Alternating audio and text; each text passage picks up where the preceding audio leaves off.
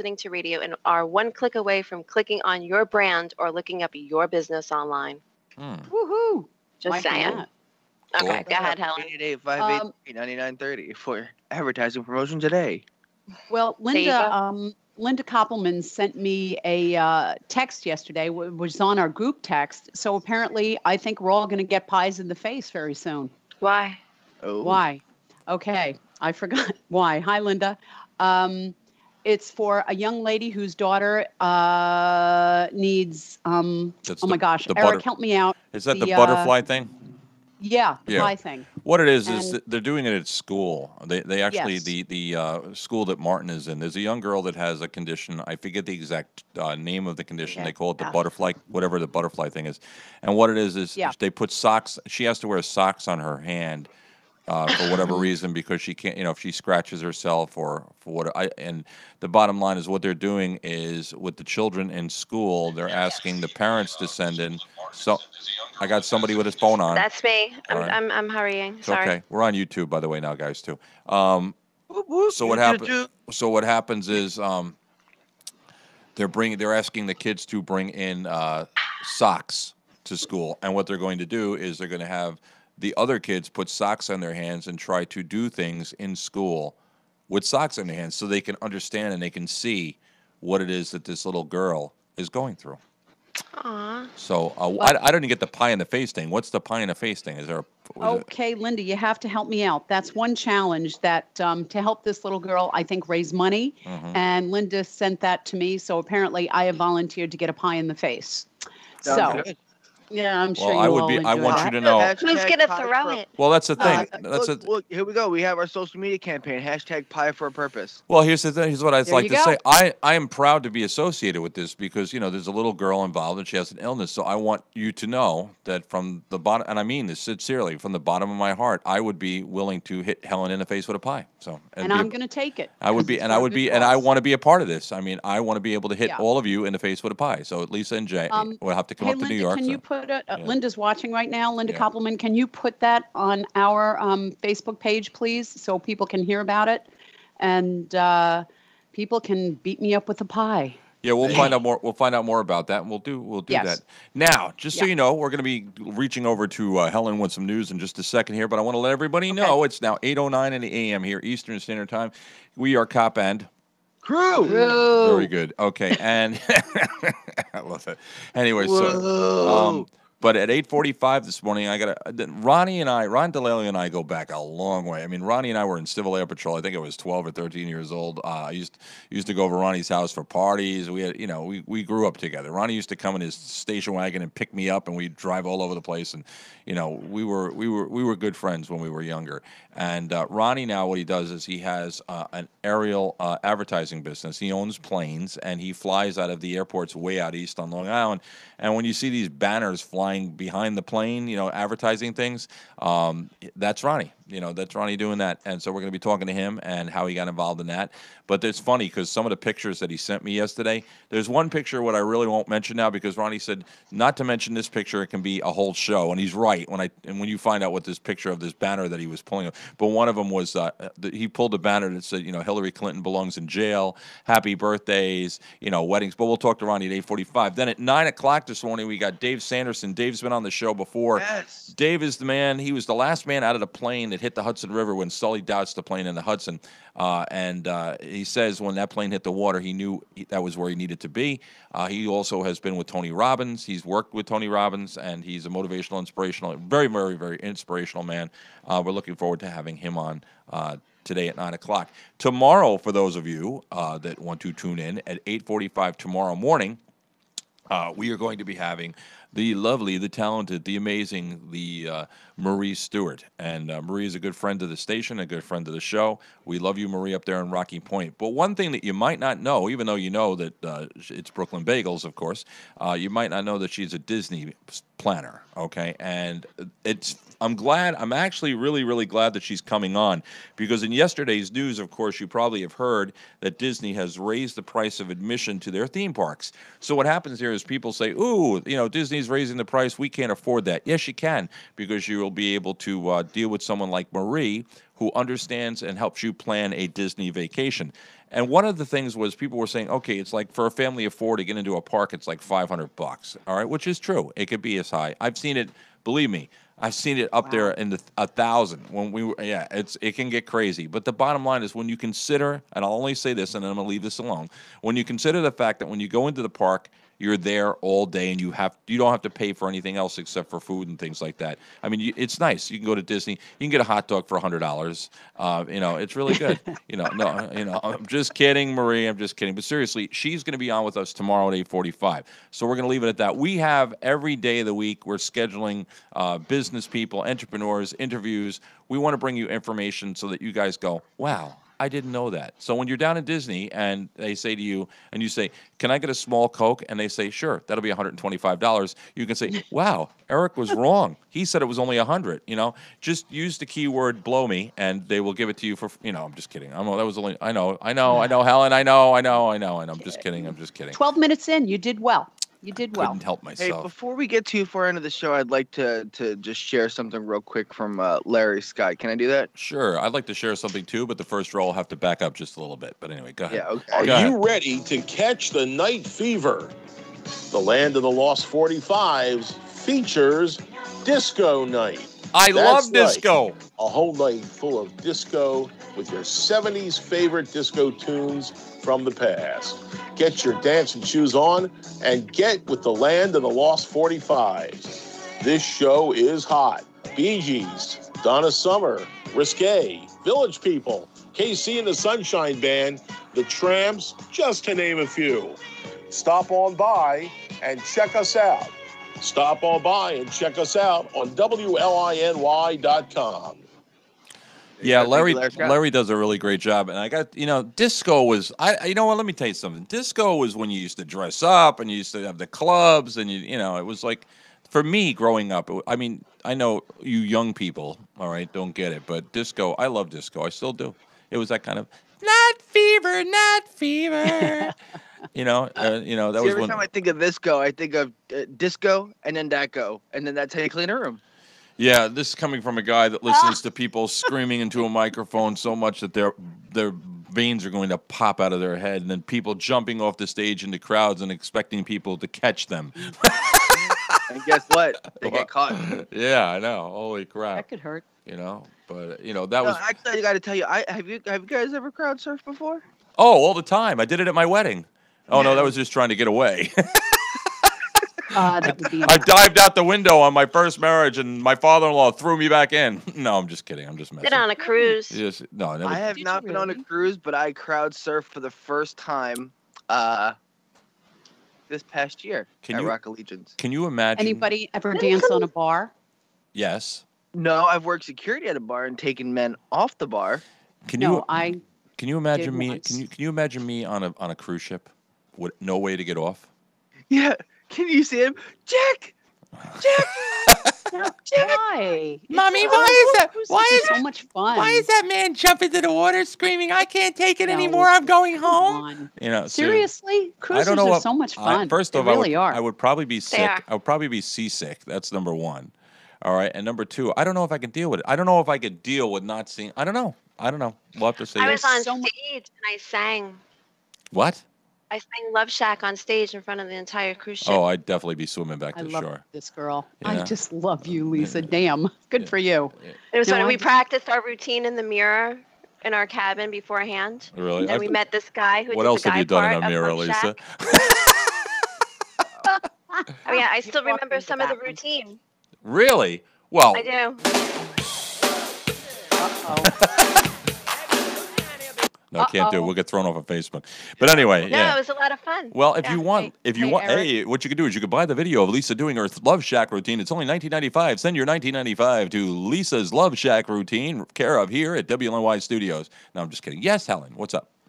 There is something serious I want to share a news story. Seriously. Okay. There's a search for a missing autistic teen on Long Island. 17-year-old Joseph Michael Barbella hasn't been seen since Monday. Really? And for Still? listeners in the Nassau County, Hempstead, and near towns area, please check sheds, yards, and under cars where this young man likes to hide.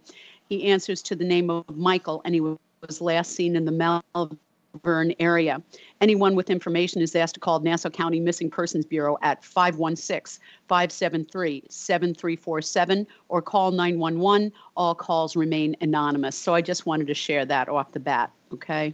So this young man is missing. He's autistic, so look around, everybody, especially near the Hempstead area. Okay. So I just want to That's say sad. hi and good morning to Bella, watching on stream. Hi, Bella. Austin Mayville says, "Hey, how you doing? How's it going?" I said, "Oh, it's another beautiful day." Lies, it's cold. And Bella said, "I'm so sorry. It's beautiful here," and gave a little peace sign. So for those of you who missed it, yes, I just pretty much told Bella what she can go do. I told her to go step on a Lego barefoot. Oh, I've got one. Because it's 30 degrees here and soggy after 3 days of rain. How I about love this Bella one? so much. I would never tell Bella anything mean to do. I would never say anything like that. But you can go step on a step on a Lego. That Barefoot. really hurts, actually. Yeah, yeah. So does her rubbing it on my face of how beautiful it is there in Florida.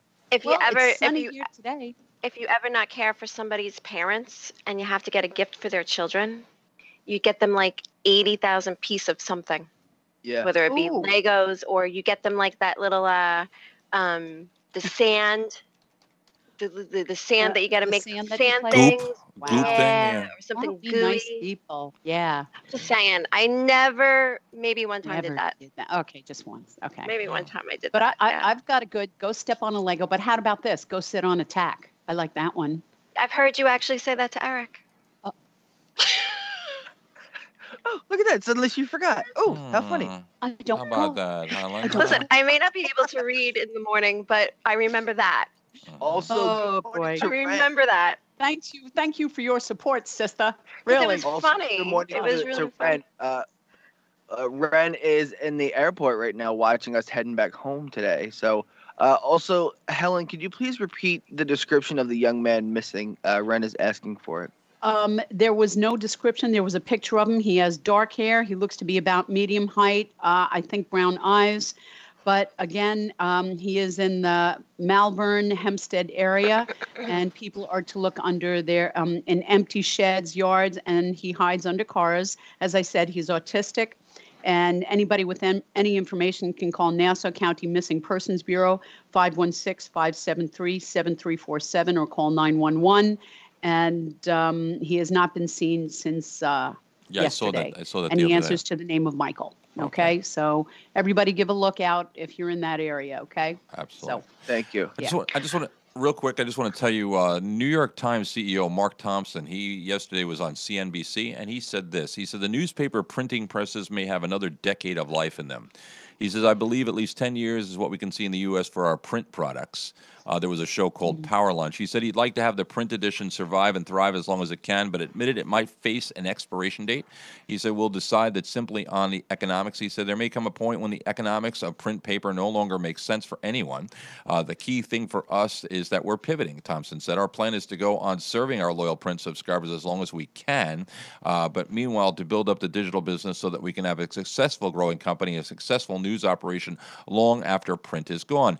Digital subscriptions, they say, in fact, may be what's keeping the New York Times afloat for a new generation of readers, while Thompson said the number of print subscribers is relatively constant, with a little bit of decline every time. The company said last week that it added 150,000 digital subscribers in the fourth quarter of 2017. The majority were new subscribers, but that number also included cooking and crossword subscriptions. Now, here's the thing. I can remember as a child being at my grandfather's house. He used to there used to be two papers in Long Island. Number one, there was Newsday, and then there was the Long Island Press. And if you don't remember the Long Island Press, I used to love the Long Island Press. I actually was I delivered Newsday, I used to have to do the one to go up to the door and collect, and I delivered to Long Island Press. I did both. I actually did the penny saver too. Back in those days, we used to have to. We'd get like 250, 300 penny savers, and they'd give us the bags, and we had to bag the penny savers, and then we'd go house to house, and they didn't want them thrown on the yard or thrown on the steps. They wanted them hung on the door, and so. But the bottom line is, in today's world. Well, back to that for a second.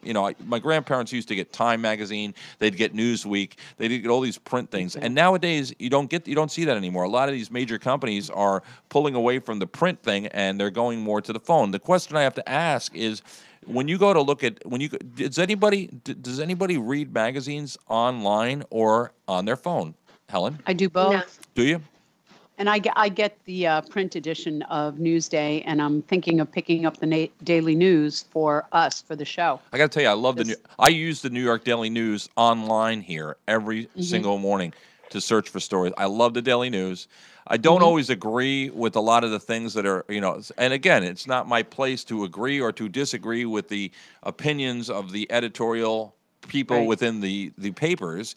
But yet I'm searching for news articles. If I don't agree with something, a lot of people, I'm not buying that paper because I don't agree. You know what? Hey, you do what you have to do. So anyway, so yes. So you I like getting the paper. I really do. It's like a ritual in the morning. I have my cup of coffee, and I haven't even opened the paper, but it's right here. There you go. I used to love my Sunday paper. I used to do this 7 days a week thing, and then I changed to Sundays only, and you get the circulars and stuff. But those days are long gone. Does anybody? I remember. Let me tell you something. We used to come. My dad. We would leave church in Smithtown, and we'd be going down Main Street. We'd stop at this little tiny stationery store, and I would go in there for. I think he'd have me pick up.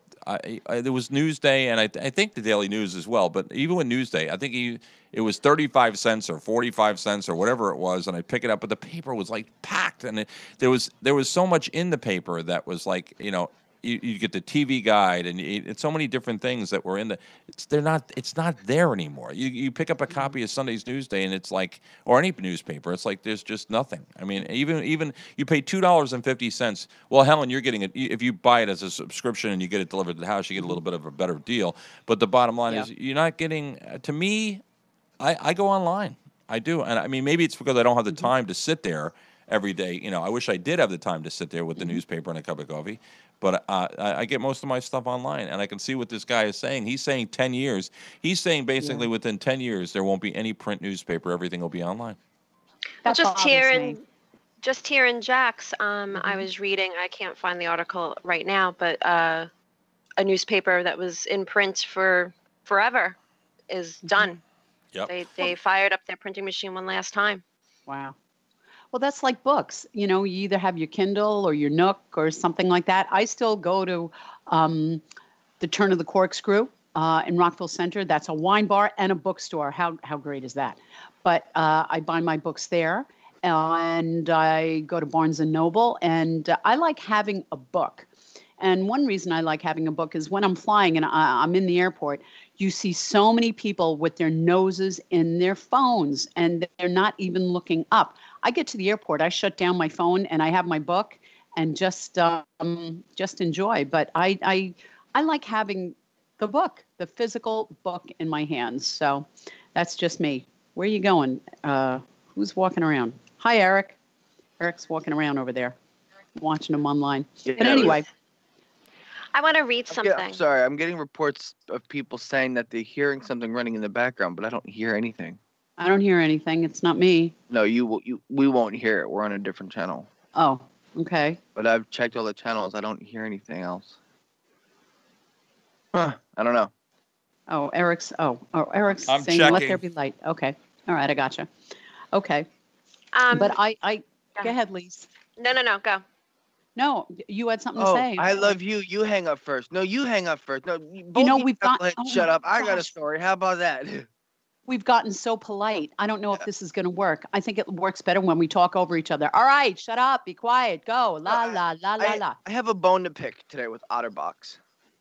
What is that? Well, let me see if you guys can figure this out. What does everybody have on them that's about 6 to 7 inches long, 3 to 4 inches wide, and takes up way too much real estate in your pocket? I was going to say my ass, but I don't know what. Jesus. What? No. Your phone. Seriously. Your phone. Okay. Phones nowadays are becoming bigger and larger, and they take up way too much real estate in your pocket. Yes, they do. So I now can't to put mine have in my pocket. right, well, it can't fit in your pocket. For me, it can fit in my pocket. Okay, it's gone now. Thanks, Jen. For me, I have a very large phone. Mm-hmm. Okay. Again, I would say it's about 6 to 7 inches long, 2 to 3 inches wide, and about a half an inch thick. I Oh, can't that's put this in even my that. pocket. I'm trying so hard. I got to say I got a rocket in my pocket, Lisa. Good girl, Lise. Anyway, here's my problem. Nowadays, to even buy your phone, even to get your phone, to carry your phone, to have it with you, to do anything like that, one of the things that you have to worry about is where are you going to keep it? Where are you going to put it? It's either you're going to hold it in your hand and soaky Joe people whenever they start asking you questions, Yeah. or you're going to have to get a clip or a holster of some kind. And look dorky. No, I don't think having a clip or a holster looks dorky. I do. I think it helps keep it out of the way because a lot of people already keep things on their hips. You know, phones, keys, wallets. So you have chains that go around your waist now. Like I have a wallet chain on right now. Well, that's because you're 29 and it would look good. As a 50-something woman, it'd be like, really? Right. You know, Well, here's it the just problem wouldn't I have. work. Okay. Okay. So last night, for the first time in, I want to say, I don't know, 6 months, I broke my holster. Ah. Now, here's the thing. Everybody's like, dude, it's a piece of plastic. It's not meant to last forever. It's a holster. Okay. You put your phone in, you take your phone out. Sometimes you get it clipped and hooked on things. Right. My problem is this, Otterbox, because I tagged you this morning. I hope you're listening. Yeah. The holster, every one that I've had since I've had an iPhone, has broken in the exact same spot. It's not their fault. It's your fault. It has broken in the exact same spot. Then that is you. No, because they replace them. Because they sell it with the idea of saying that they are very hard to break. But then tell me why it breaks in the exact same spot every time. Okay. Well, what are you doing? Using it. How are you sitting? How are you moving? How are you walking? Freaking nose. Sorry, I was gonna say something funny. Good morning, good morning, IG's Radio 92. 92.1 FM there in the UK. Didn't want to say a potty mouth word on radio. But here's my thing. Yeah. Now that you buy your phone, you're already spending $400-500 to get your phone. If you're gonna buy it outright, if you're gonna lease it, you have to at least put down a deposit, so $200 or $300 just to get your phone and walk out of the store if you're gonna upgrade. You're already spending an hour or two transferring all your data and turning it on, waiting 8 hours before you even use the thing to plug it in, charge it up completely, and recycle the battery. Changing your number if that's what you do, and then doing this, and then getting all your applications back together. You're already devoting so much time. Yeah. Austin says Jace was trying not to say something stupid. Yeah, you're right. You're already spending so much time trying to get your phone back to the condition that it was. Okay. Now you have to worry about the real estate that it takes up in your pocket. And I realized I can't do that. The other problem is that they made these new iPhones to bend. They didn't make it to bend, but if you put too much pressure on it in a pocket, it'll bend. Really? Yeah. So the OtterBox case, first off, helps protect the screen, helps protect the spine of the phone, the body of the phone, and all the components of the phone. When I'm using it, first off, this thing is freaking huge. So I have it on my side. And let me just show you guys something real quick. I have it on my side, and it's here. And what will end up happening is I'll bump into something, or like I'll bump into the door of the car. Somebody will come a little too close to me, and I'll try to cover it up. Or like what happened last night, I had it. I was the holster was here. I had the phone in my hand, and I leaned back against the counter in the kitchen. Oh. When I went to go come up, the hook that holds the bottom portion of the phone clipped onto the counter and snapped as I went to go get up. The problem is, I don't know why you keep getting bumped off there, person, whoever that was that just sent us a message to copandcrew.com. What ended up happening, folks, is that when I went to go get up, the part that goes around my belt, Mm-hmm. Holds onto my belt, not the part Yeah. that holds, but the part that holds onto my belt. Snapped in half. I got nothing. You need a pocketbook. F you. You need a man bag.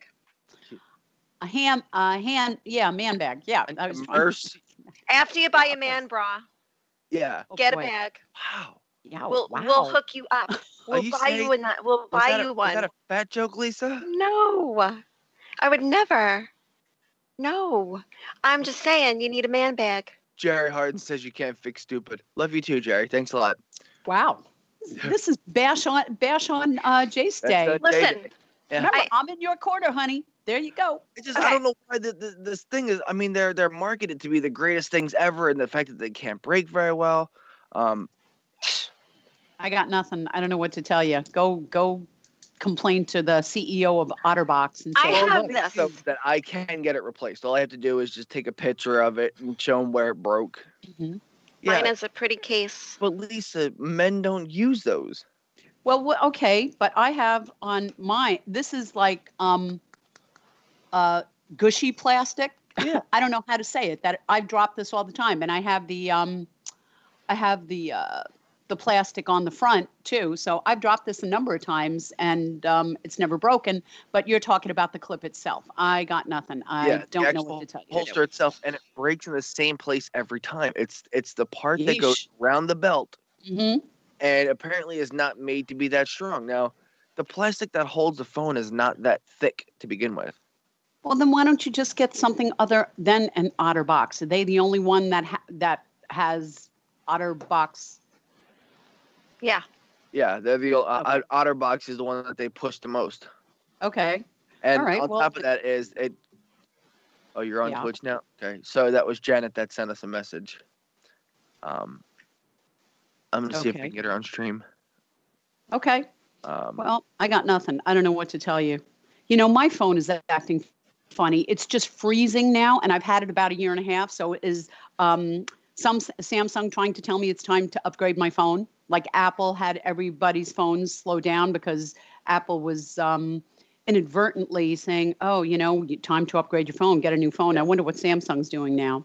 So, Do you have updates that you have to do every so often? yeah, I Listen, have updates all Helen the can't time even on get this on stupid Skype. phone. You wanted to update her phone? All right. Oh, wow.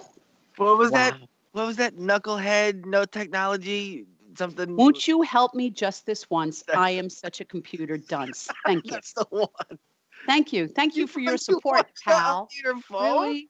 Yeah, I do. But it's easy to update. All I do is press me and it updates. Actually, But that's I not- have, that's but not always actually, true. my cloud won't work anymore because it says it's got too much don't stuff have- on it. So but I have you to still talk have an about iPhone. it. I don't want an iPhone. I don't think iPhones are all that great. I really don't. And Well, everybody's like, you don't have iPhone, a iPhone, cloud. iPhone. Who cares? Then you It took don't me a have. long time to go to an iPhone. You get your own cloud, and you.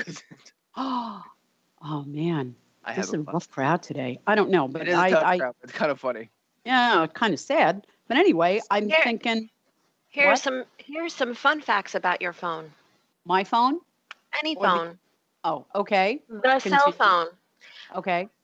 A new study says the average smartphone user touches their smartphone over 2,600 times a day. Yep, I I believe. believe it. Oh hell yeah, I believe that. Yeah. The average American spends 4.7 hours on their phones every day, and almost 3 hours of that time is non-voice activities. We now spend more time on mobile apps than we do watching TV.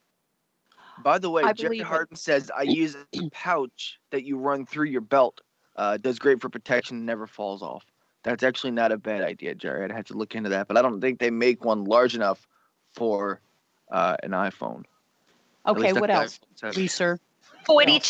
42.5% of the smartphone users in Brazil would rather give up water and electricity for a day than go without their phone. Oh my gosh. Wow. Okay. 1 in 5 people actually produce a new kind of brainwave when they're texting.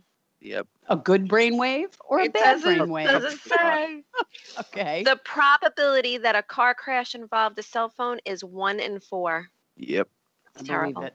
The Mhm. average mobile phone user takes 150 photos a month.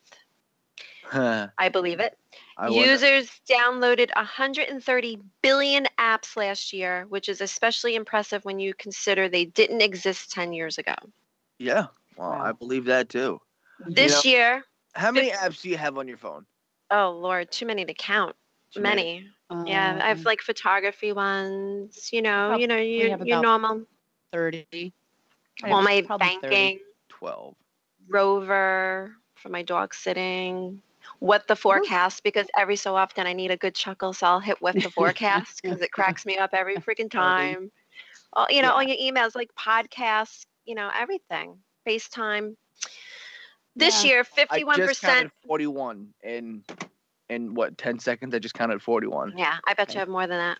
I have about Well, 30. I think. that's only that's not all of them. I have like 4 of mine are like photography related. No, Yep, I take that back. Recording related. 6 of them are photography related. All right, let us know in the chats how many applications you use on a daily basis. Facebook, email, text, those top 3. Well, I'll tell you, I never texted so much in a group chat till I met you guys. And it's You're just so much. I enjoy it. It's like, oh, what are they doing now? And then I I know. come in because you guys have been texting all day. It's what I miss. Oh, I have Yeah. to go back. The Oh, other I have day, to everybody catch was up. quiet. So at the end of the day, I don't know if it was Saturday night or Sunday night. I'm like, how is everybody doing? Yeah, what's going on? It's feel Yeah. like you get so used to it that, and we share everything of what's going on in our lives. It's actually kind of nice. It's Yeah. the extended family, but Yeah. you guys could go all day, all night, and after it's like I got to go to bed. I said Yeah. that the other day on the chat. I'm like, you guys are still talking. I got to go to bed. Jen, Yeah. daily we were apps I talking- use at least 15. Wow. Lise, you got up late today. I am starting to get used to getting 4 and 5 hours sleep now because of Yeah. having to get up early. And I'm not happy about it because even with not setting the alarm on the weekends, I'm awake at 6 o'clock. And it's like, no, I don't have to get up. No. I used to get up, no problem, Helen. I was 4:30, 5 o'clock in the morning. Start my day, loving life, because I'm a morning. I love the morning. I love getting up early. I just can't. I don't know what it is. I'm just exhausted. I'm going to bed late. I've been doing a million little things like people don't even realize. And it's a lot of computer work. I've been working on a side project that I'll talk about after it's finished. Okay. But I've been keeping that a secret. And Secrets don't keep friends, Lisa. listen.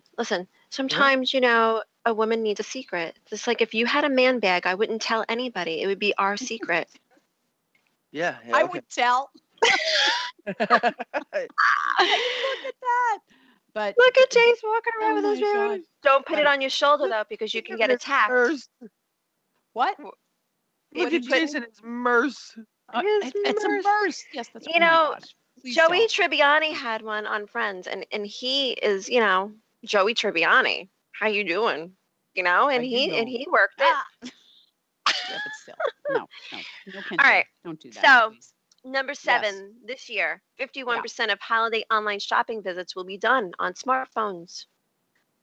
Which already came. I didn't look to see when this was written.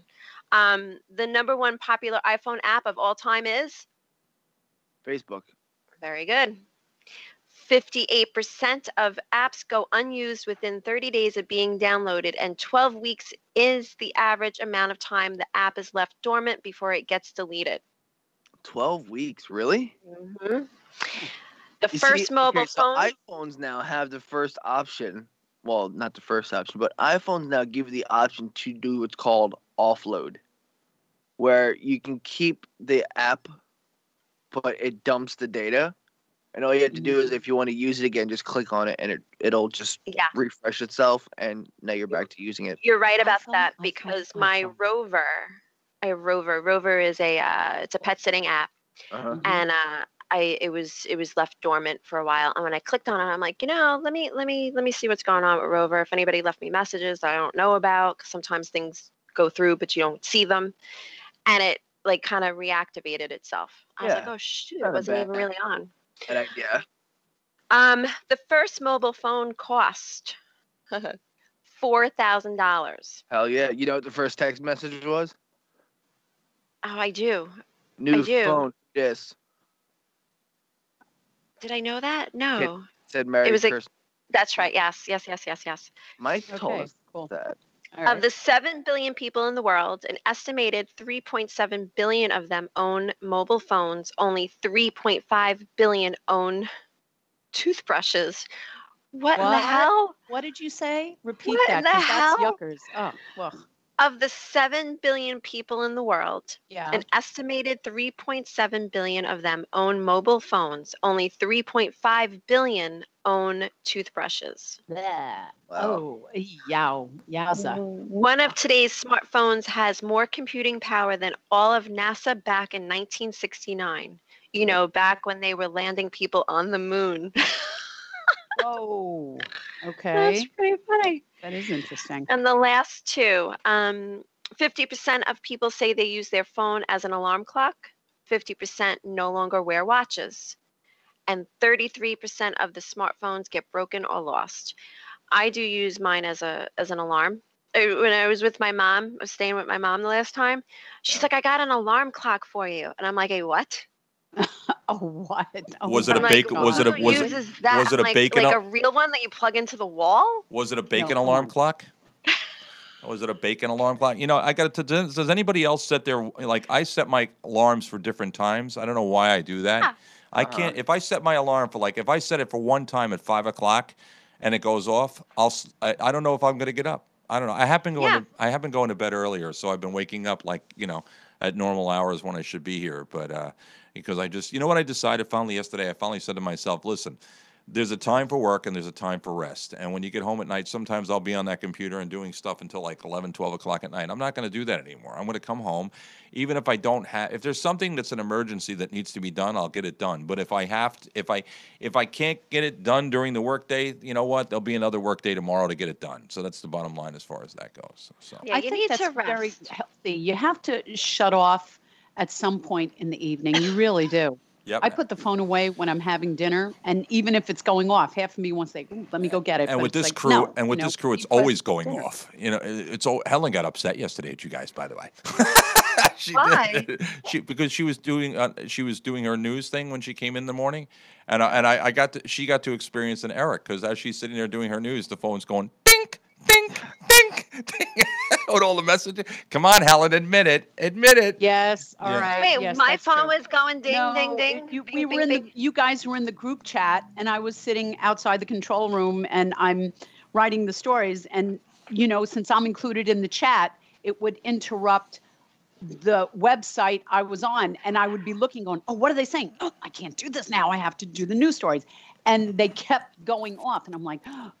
And then I thought I put it on mute, and the mute wasn't working with my Samsung phone. Apparently, I didn't hit it hard enough, and I'm hard, just baby. trying Hit to it write hard. the stories, and it just was not working. And so I got into a snit. I wasn't mad. I'm just like, what are they talking about? You got to do a Because snit. I wanted to know what you guys were talking about, but We were talking about you. right. Just kidding. Absolutely. And All right. and when I get there in the morning, I only have an hour before we come on at 8 o'clock. So I'm trying to go, okay, this is good. This is bad. Okay, write this up. Okay, shorten this one. Okay, what do I think of this story? Well, is this one can we talk about this one? So it just, I feel like it's a little bit of pressure under the gun, but it's good pressure. But then I want to tune in and say, what are they talking about? I want to be in on this conversation. And you are. But right now it's 8:44 in the morning, a minute away from 8:45 in the morning, a minute after 8:43 in the morning, and Such a nerd. I try. I'm telling you. Anyway, listen. You know what? It was the gentleman that I'm about ready to introduce to you. Whether he realizes it or not tonight, whether he realizes it or not, means a great deal to me because we were childhood friends. When I say childhood friends, we were friends as teenagers. We were both involved in the Civil Air Patrol together. I spent a lot of time at this guy's house on Friday nights with really great parties. Well, that's another story, though, in itself. But Ron DeLelio owns East Moriches Aerial Advertising, and I want to welcome Ronnie to the show right now. Ron, good morning. Good morning, Eric. How are you? It's been a long time. Right. It's been a long time since I heard his voice. But this is now. Do they call you Ron now, or are we still calling you Ronnie? It all depends. It depends. Ronnie is fine. All right, I'll call you. My good friends call me Ronnie. There you go. So I'm going to call you Ronnie. So, but anyway, Ronnie owns East Mauritius Aerial Advertising, and what that is if you're on the beach, if you're on Jones Beach or anywhere on the island from here to New York or wherever, and you look up in the sky and you see this plane going by and it's pulling a banner, all right, that says something on the banner or whatever it might be, like Geico or put Hillary in jail or happy birthday or will you marry me or I love you or whatever it is, that could very well be East Mauritius Aerial Advertising and Ron DeLelio flying the plane. So, Ronnie, how long have you been a pilot now? Since 1976. 76, and now as I said before, you and I were both involved in the Civil Air Patrol. Did you always plan to go in this direction? Is this what you wanted to do? Well, no. What happened when I had bought a Boeing Stearman back in 1984. The gentleman I bought the airplane off of, he owns an airport now over in East Mauritius. He was in the aerial advertising business, and he got me into the business. That was, and then I took a couple of years off when I was in the Marine Corps, and then when I got out of the Marine Corps, I got back into it again. Right, absolutely. And now when you say aerial advertising, for those of the listeners that don't know what aerial advertising is, why don't you tell everybody exactly what it is that your business does? Well, it covers a multiple of things. We do everything from letter banners to large aerial billboards. We do the I love yous and will you marry me and all that stuff. We do that in 7-foot letters. And would you do I want a divorce?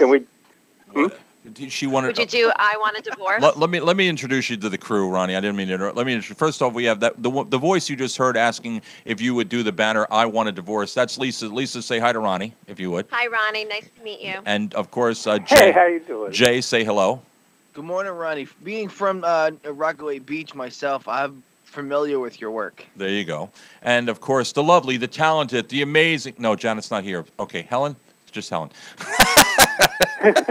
Say hi, Helen. Good morning, Ronnie. How you doing? There's Helen. All right. And good morning. All right. So basically, the question was, Ron, if somebody wanted you to fly a banner that said "I want a divorce," could that be done? Fly banner. Pay attention, Linda. If you wanted, Lisa wanted to know if you would fly a banner that said "I want a divorce." Well, we can almost do anything that's legal. Right. I've turned down very few banners in the past. Most of them. Some people go off the deep end. We turned down one banner for a person's ex-husband's new wedding. For obvious reasons, but mostly anything we can do. All right, so if I wanted you to fly a banner up and down Long Island that said "Watch Cop and Crew in the morning," we could do that, right? We could do something like that. Where? If we wanted to advertise the radio show on a banner. Oh yeah. We gotta do. Maybe we'll do that in the summertime. Maybe we'll. You know what? And what something like that cost, Ronnie?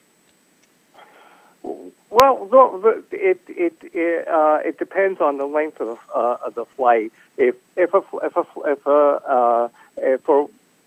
people just want a 1-hour flight, we start at like $425. But if somebody wants a flight that for 3-4 hours, we do it for a little bit less an hour. Each job is its own. It's its own entity. We tailor it and price it. Nice. How do people? I mean, and it's fun. I mean, I've seen it. You're looking up and you see the banner flying across the sky. It's really good advertising because you can't miss it, and it's just you see the plane, you see the banner, and your first instinct is to look at it, and then you want to know what the banner says. Yep. So you're reading the banner, and I know Ronnie sent me some pictures yesterday. There was one for Geico, of course, and you got there was one out there that was put Hillary in jail. Now Ronnie, we've done a lot of interesting stuff. The whole industry has evolved. It has its ups and downs. we took a hit a couple years ago when everybody started doing internet advertising, but now it's starting to come back a I'm little sorry. bit. Could you repeat that when they did what kind of advertisements that it? Internet, Like your business? internet. Oh, internet advertising. Okay.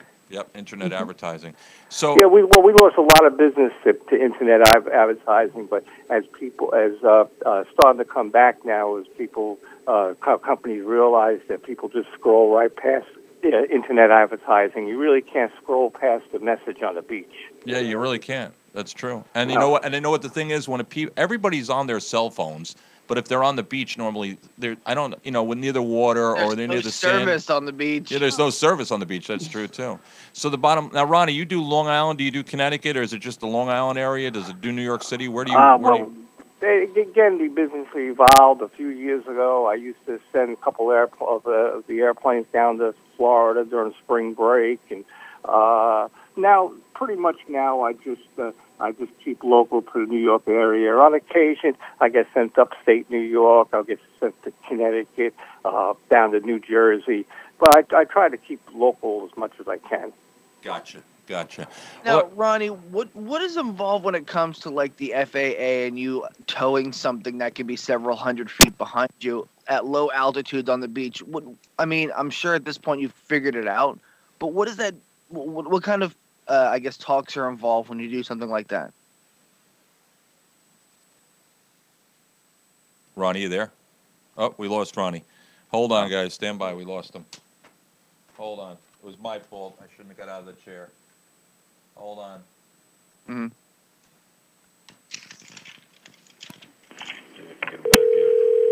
Hold on. We lost Ronnie for a second there. What was your question? So go ahead, Jay. What was your question again? So I know by now you probably have it figured out. What was that question? I lost you in the middle of the question. Go ahead, Jay. I'm asking it right now. So I know by now you probably have it figured out. You've been doing this a very long time. But when it comes to towing something that is several hundred feet behind a low flying altitude airplane, especially after 9/11, what is involved when it comes to, different campaigns? You have to notify FAA, local police. How does that work? Well, to tow anything behind, to tow a battery behind an airplane, you need an FAA, what they call a waiver. It's an operating certificate that gives us permission to the aircraft to operate. The aircraft has to be inspected by the FAA. Our pilots have to be checked out by the FAA. It's not like anybody can just get in an airplane and tow a banner. It's a process that takes time, and once you have it, you don't want to lose it. There you go. Well, listen, guys, if you want to get a hold of Ronnie and East Moriches Aerial Advertising, you can give him a call at 631-523-6577. That's 631-523-6577. You know, the bottom line is I know a lot of you out there are business owners. I know a lot of you out there are saying, you hear you say, you talk about your advertising, and it's frustrating because you feel like you're not getting your ROI, your return on your investment and things like that, and it's not coming back to you.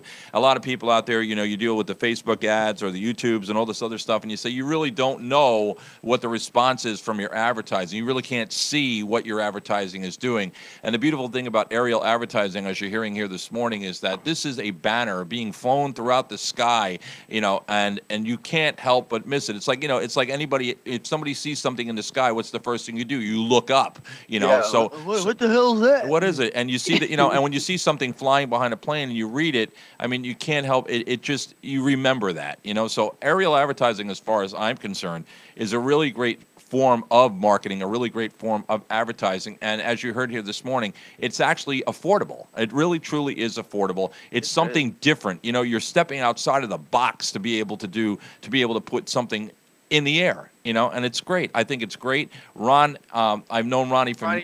quick before we let you go. Yeah. There was actually an example for those of you who might watch Impractical Jokers or things like that. There was an example when the 4 friends went down to Miami Beach, and the other 3 guys, as a punishment, had one of the guy's telephone numbers dragged behind a plane and advertised. The man had to change his number twice in one day. Yeah, that's what Ronnie was saying before. He chooses what he, actually, I'm going to ask Ronnie to come on the show another time because he towed a banner that he sent me a picture of yesterday, which we're not going to discuss right now. But you know which banner I'm talking about, Ronnie, right? You know the picture. Yeah, yes, and that will be an interesting show you can do during the summertime. There you go. Right. Yes. So what if I wanted to have like Helen on the banner holding on and you were flying Helen through the sky?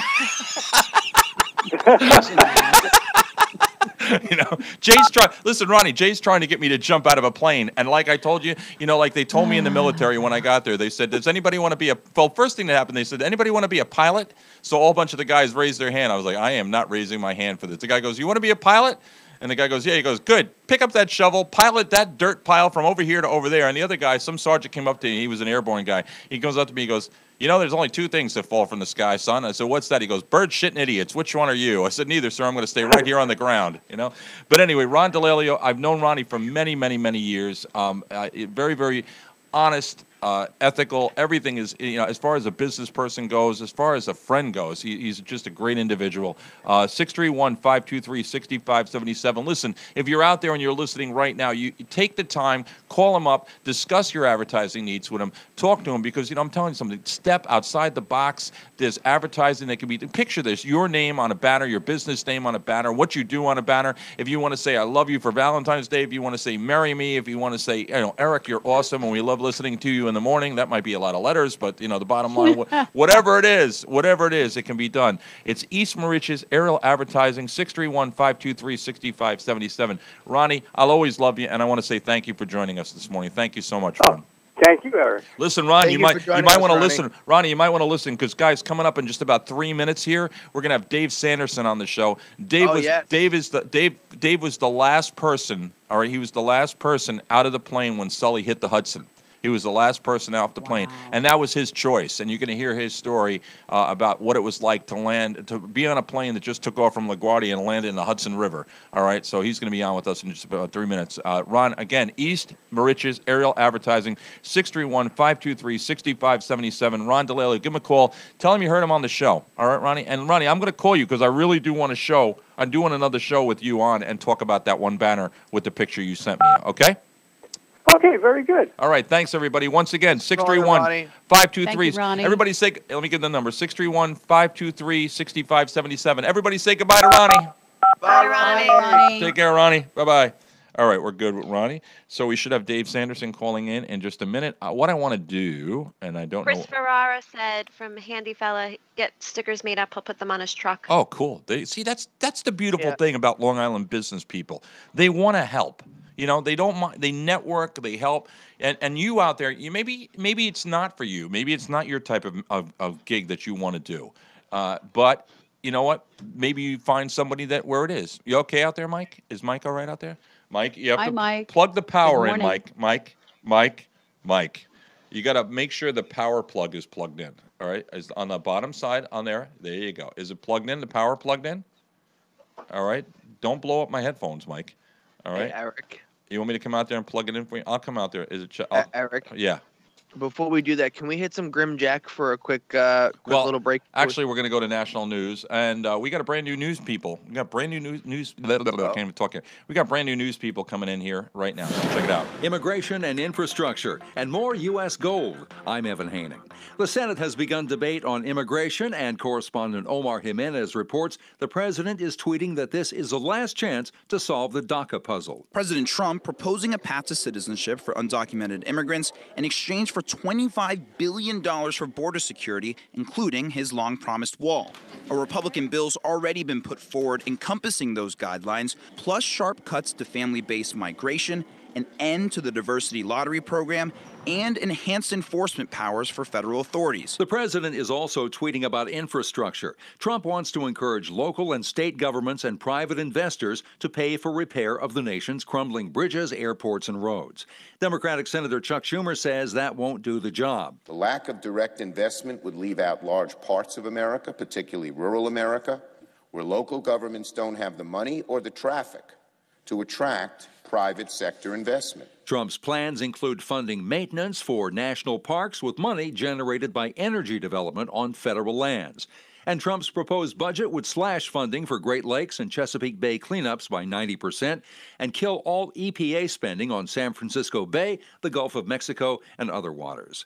In Pyeongchang, South Korea, spectators turned out to see 17-year-old Chloe Kim compete in the women's halfpipe. The team did not disappoint, pulling off 3 spectacular runs to earn Team USA's 3rd gold of the Games. It hasn't really sunken in yet, you know. I'm still such on a high adrenaline rush. She was already a shoo-in to win by her 3rd run, but she decided to pull off back-to-back 1080s, a move where the snowboarder rotates in the air 3 full turns. When I landed, I was so excited, and now I feel so much more satisfied, and I'm so much more proud. Steve Kastenbaum in Pyeongchang, South Korea. On Wall Street, stock futures are down right now. I'm Evan Haining. All right, guys, hold on. Stand by 1 second. That's what happens. I'm doing 3 things at once here. I apologize.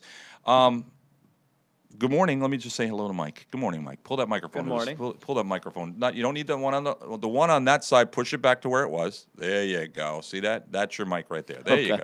We're good. All right. Good morning, Mike. How are you? Good morning. All is well. Yeah, all is well. That's good. Good. All right, and we're back with Helen. Hi, Helen.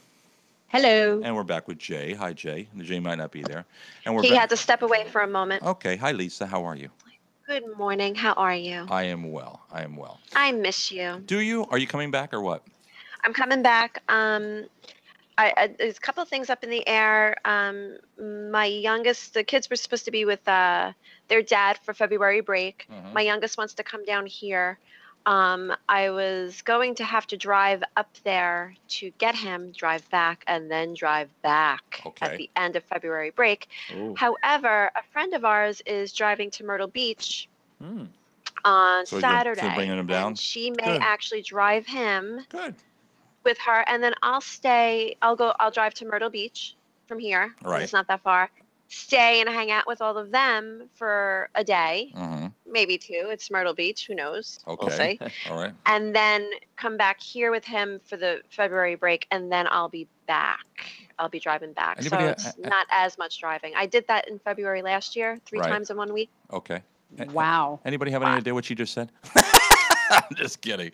All right, check it out. Did I lose you? And Dave Sanderson is an inspirational survivor, speaker, and author. His thoughts on leadership have made him an internationally sought-out speaker. When U.S. Airways Flight 1549, or the Miracle on the Hudson, ditched into the Hudson River on January 15, 2009, Dave Sanderson knew he was exactly where he was supposed to be. The last passenger off the back of the plane on that fateful day, he was largely responsible for the well-being and safety of others, risking his own life in the frigid waters to help other passengers off of the plane. Despite the hazards to himself, Sanderson thought of only helping others and emerged from the wreckage with a mission to encourage others to do the right thing. Welcome to the show, Dave Sanderson. Good morning, Dave. Good morning, Eric. How are you doing today? We are doing well, and you know what? As always, it is an honor and a privilege to talk to you, Dave. It really is, and thank you so much for joining us this morning. Let me introduce you to. Thank you for having. Thank you for having me today, and love being back with my friends in New York. There you go. Well, Thank first you, off, Dave. let me introduce you to the crew. We got Mike. Say hi, Mike. How you doing, Dave? And we got Helen. Say hello. Good morning, Dave. And we got Jay. All right. Hi, Mike. That's Jay. And we got Lisa out there in Jacksonville, Florida. So, Lisa, say hello. Good morning, Dave. Thanks for joining us. There you go. So, let's start off by talking about. All right. So, Dave, let's take the day. Let's go back to January 15, 2009. Here's Dave Sanderson. You're at the airport. All right. And bring me back to that point in time in your life, if you would. Well, thank you. So I appreciate that. And if you saw the movie Sully, it was very representative. It's nothing unusual about the day. It was 11 degrees and snowing that morning, and I was working in a distribution center in Brooklyn in my job as a sales manager, and candidly, nothing out of the ordinary. But we started our day at 5 a.m., and the reason why we started so early is that unless anybody's ever worked or been inside of a distribution center, they normally open up extremely early in the morning because they have to get the trucks in and do the runs, and that's when we wanted to be there during all the action. So that morning it started about 2 o'clock, so we went about 5 a.m., and so we got done at 10. And I usually book the last flight out because you never know how the day's going to go. So when I got out at 10, I'm like, man, I can get home early.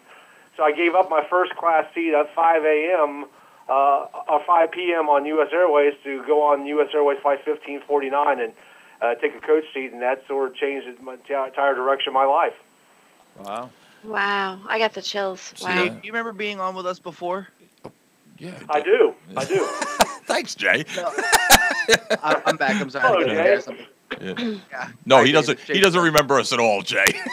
No, seriously, I got to tell you guys, well, first off, if you guys, I'll have to look back in the archive, but we talked to Dave right around the anniversary of Flight 1549. Right. Yep. And then we actually contacted the actor who played Dave and part of his, I guess, part of the crew on the movie Sully. Yes, absolutely. And Sully. as soon as Eric said Dave's coming back, I'm like, yes, I can't wait to talk to Dave. Jay got all excited. You know why? Because let me explain this. Not only, we talked to Dave because we want to hear about. I want people to understand exactly what happened that day and what the people on that plane went through.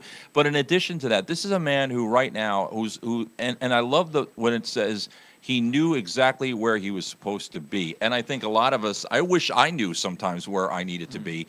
He does speak at this point, with regards to entrepreneurship, empowerment, faith, inspiration, leadership. And we're going to get to that and all the thing, and everything like that, because he is an inspirational, he's very, very inspirational and very, very motivating. Also been associated and worked with Tony Robbins, which is something I want to talk about as well. But Dave, all right, so you're in the airport, you get on the plane takes off. Can you take us I want people to understand exactly what was going through your mind. I know from past talking to you, but can you take us at that point? The plane takes off, it leaves LaGuardia. What happened then? Yep. Leaves LaGuardia, nothing unusual, a little bit delayed, but that's LaGuardia. And about 60 seconds into the flight, I heard an explosion, and I was at seat 15A. That's 4 rows behind the left wing. Wow. So when I heard the explosion, I looked up, because candidly, I wasn't paying attention. I never paid attention because I flew 100 times a year and still do, and so when I looked up and looked out the window, I saw fire coming out from beneath the left wing. So I knew something had happened, but I fly so often, I thought the plane lost an engine. And candidly, there's no big deal to me at that point because I know that from all the planes that I fly, planes that have at least 2 engines. So I thought, okay, we have another engine. He's circling to come back because I felt him banking. But that's the point where I think no one in the plane knew it, probably except for the captain and Captain Skiles and Captain Sullenberger knew that both engines blew at the exact same time, the same moment. Because I believe, I believe, Eric, if you would have heard boom, boom, 2 different explosions, and people would have said, oh, my God, this is a terrorist attack, or something like that. But it was one explosion, so I think everybody thought, okay, we have another engine, we're going back to LaGuardia. I would have heard boom, boom, Dave. I would have been in the center aisle in the fetal position with my thumb in my mouth. Right. After he makes a boom, boom. Boom, boom. All right, so here we go. All right, and of course, it was a bird strike, correct? Which took the engine. Correct. All right. So the bird strike takes the engine out. Now you had said before at that point, at what point did you realize there was a problem? Well, I didn't know there was really a problem because no one was really saying anything. And of course, as you saw the movie Sully, it's very accurate. He never said anything until we crossed the George Washington Bridge, and that's when he made that announcement. I think everybody, I know everybody that I talked to, probably pretty much everybody on the plane, knew at that point that it was a pretty serious situation. He used the words dire. I used the word serious, but you know what? His words were a little more dramatic, so I use his words. What were his words? This is a dire situation. It was a dire situation. And did he? And at any point did he tell you? He told you guys were going to land in the Hudson, or you had no idea? You thought you were going back to? You thought you were going back to LaGuardia? Well, when he crossed the George Washington, I knew he wasn't going back to the Hudson because I was going to the Hudson because I knew that. The landscape of New York and New Jersey, because when he banked, I thought he was just banking back, go up the coast, but he was banking to go down the river. Wow. So once he crossed the George Washington, I looked out the window, because we were roughly, about 400 to 500 feet at that point, and the bridge is roughly 600 feet up, so he was somewhere between 1,000 and 1,100 feet at that moment when he crossed. So when I looked out the window, I saw people's eyes looking up. I looked down like, man, we're pretty close to the bridge. And I don't think he gets enough credit, guys, for clearing that bridge. Because, getting that Airbus, it's one thing to glide a small plane, but gliding an Airbus, getting it over the George Washington Bridge, because I heard him say, I agree with him. If something would have happened and he would have cleared the bridge, now you're not only looking at a plane crash, you're looking at taking out a bridge with approximately at any moment in time 800 cars on it. Wow. Yeah, my luck it would be, I'd be right in the middle. Now, Dave, of course, when we mentioned you, or when we talked to you before, you mentioned that you have a lot of faith and things like that. But what has changed in your life in the last 9 years since the Miracle on the Hudson? Well, I think what's really changed is a couple of my priorities really came out. Number one, I realized after I got home that, in fact, when I was in the hospital that night and then the next day when I got home, is my priorities were whacked. I mean, candidly, I was focused on driving revenue, making money for my family, doing what my dad did, and that's what dads in the 50s and 60s did. They're there for their families, right? They're doing that. The wife stayed home and did that, and candidly, I was following that model because I was always focused on it, and I missed a lot of things with my family. One, I think my perspective changed, and I need to focus my time first on my family and schedule things around it. And that's number one. Number two is my worldview sort of changed. And what I meant by that is I realized after I did an interview, and I think it was Good Morning America, it might have been an early show, but I forget which one. I was in New York. Somebody said something, and he was very upset after the interview, and he stormed out, and people were like looking at him like, what's wrong, dude? I mean, we survived a plane crash. I mean, this is celebration time. And also I started realizing I don't know this guy's backstory. I don't know where this guy came from. Maybe he was having more problems than any of us thought. And all of a sudden I started realizing that maybe through my life I started judging people pretty quickly, and I drove a lot of people out of my life because of that. And once I realized that changed everything. I truly focus on being less judgmental, focusing on people and getting to know them first, and then that's helped to open up so many avenues for me. So I think being less judgmental is the second thing that changed. I want everybody. Dave. Go ahead, Lisa. Go ahead. I'm sorry, Dave. May I ask a question? Please. What was the very first thought when you knew something was wrong with that plane? First thought I had was, it's going down and I'm not coming back. And I better get my act together pretty quick, and that's when I prayed. I prayed for three things. Number one, whoever the captain was, just to get me down in one piece. I didn't want to come back in multiple body parts. I've seen pictures of plane crashes before where people were pretty well dismembered, and I said, just get me back in one piece. Second thing I prayed for, the last person I spoke with was who was my client up in Brooklyn to call my wife, tell her I loved her. Third, I prayed to God to forgive my sins. I didn't want... At that point, I didn't want anything between me and God. You know, I mean, we're going down. I want to go up. It ain't looking good for me right now. Wow. So And I I want to be straight with God. And I want everybody to understand, and this might be a little bit graphic for people, so, brace yourselves, guys, all right? And if you feel it's too, we understand if you have to back away from the radio for a little bit, but I want you to understand this. I want you to understand what this man and the people on the plane, and if you've seen the movie, but the bottom line is, the reality of the whole thing is that, yes, it was a movie, but this really happened. So, Dave, here comes the plane. It hits the Hudson. Can you tell us what happened then, if you would? It was a hard hit. I heard him estimated hit between 100, 110 miles an hour. I just read in a book, he said about 150, somewhere in there. So when it hit, it was a hard hit. And I went back in my seat and up in my seat very quickly. I mean, that was a jarring hit. And we had somebody on the plane, guys, who worked for NASCAR down here in Charlotte, and she was talking to some of the engineers, and they said it was like hitting the wall like a 200. It was like that hard of a hit. So it was a jarring hit. So when I came back up, I was fortunate that I didn't break I thought, number one, I was alive. Number two, I didn't break my back. And number three, I saw lights, so I knew I had a shot, but water started coming in immediately. So, you felt water on your legs, and it was cold water, but at that point, they had so much adrenaline going. You didn't feel the cold; you just felt the water. And where I was on the plane, it was about anywhere from about ankle to knee deep. Back of the plane was more waist deep. Front of the plane was more ankle deep because of the way the plane was situated in the river. But it started coming in quick. Are you still? Do you have any contact with the people that were on the plane with you? I do. The gentleman who I was in the hospital with, Barry Leonard, and we stay in touch pretty regularly. We had he was the first passenger out. So if you saw the movie, when the guy the scouts told the guy to jump out and start swimming, that was the guy who was playing him. Because he was the first passenger out, and I was the last passenger. We ended up at the same place in Palisades Medical Center in New Jersey. So within 5 feet of each other, they had the first and last passenger out, totally different perspectives.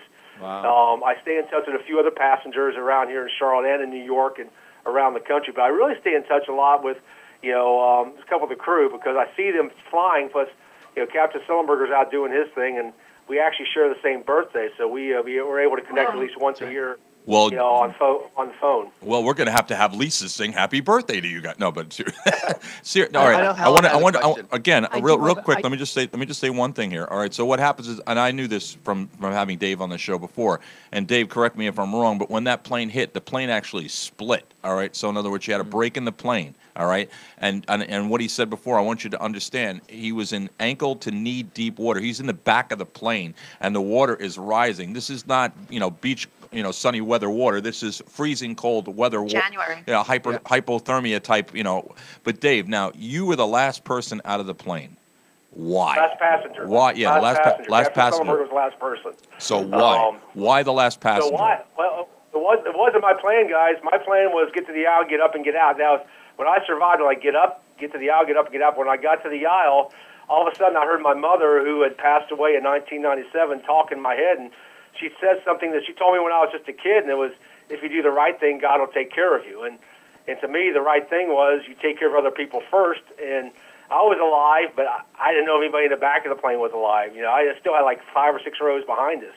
So I went to the back of the plane to see if anybody needed help. And there was one, you might have seen that one elderly lady they portrayed in the movie. And two ladies did a great job of getting her going. I got behind them, and they got her going. So that's why I became the last passenger out of the plane, because when I got out, I got up to the center aisle where it's 10F, and I was like, it's time for me to get out. And when I looked out that door to get out, there was no room on the wing or the boat for me, so that's why I was inside the plane about waist deep in 36-degree water for about 7 minutes. There you go. And I want everybody. Now, Dave, you had said before, you credit, if it wasn't for, what was it, the Circle Line? That if it wasn't for how to explain that, if you could. Yeah, I mean, that's what's one of the more amazing things is, the timing of this, and I break this down when I do my business talks. The timing of this happened roughly 3:37, 3:40, somewhere in the afternoon, and the boats that the ferry lines, the waterways, the Circle, starts sort of queuing up for their evening runs about 4 o'clock. So the boats were queued up, and fortunately for us, Captain Sullenberger did an amazing job getting that down without hitting anything. And it was at a place where the Circle Line could get to, because it was right in the middle of the Hudson River, so both sides of the river could get to it pretty quickly. So they were there in about 2 minutes after the plane crashed into the water. And I give them, first responders get all the credit. Captain Sullenberger and Scouts get credit getting it down, but the first responders get all the credit after that. Absolutely. All right. So now we understand. I wanted everybody to Helen understand. has a question. I know. I'm going to get to Helen in 1 sec. I just wanted everybody to understand what Dave and the passengers on that plane. You could, like I said, you could watch the movie, and you sit there and you watch, Sully, you watch this movie and you say, okay, it's a movie, it's dramatic, and they did the movie so it would be dramatic, but this really happened. And this man, Dave Sanderson, what he's talking about right now, I want everybody out there to stop and think about what you're going through today, and what not only what Dave went through then, but what the passengers on the plane went through. So is there really anything that we can't, that you're going through today that you can't survive or can't see the future, can't see light at the end of the tunnel? You know what I'm saying? These people could have been killed on this plane. God gave the pilot strength enough not to hit the George Washington Bridge. He was able to land the plane. And if you watch the movie, you'll see, they gave him a hard time.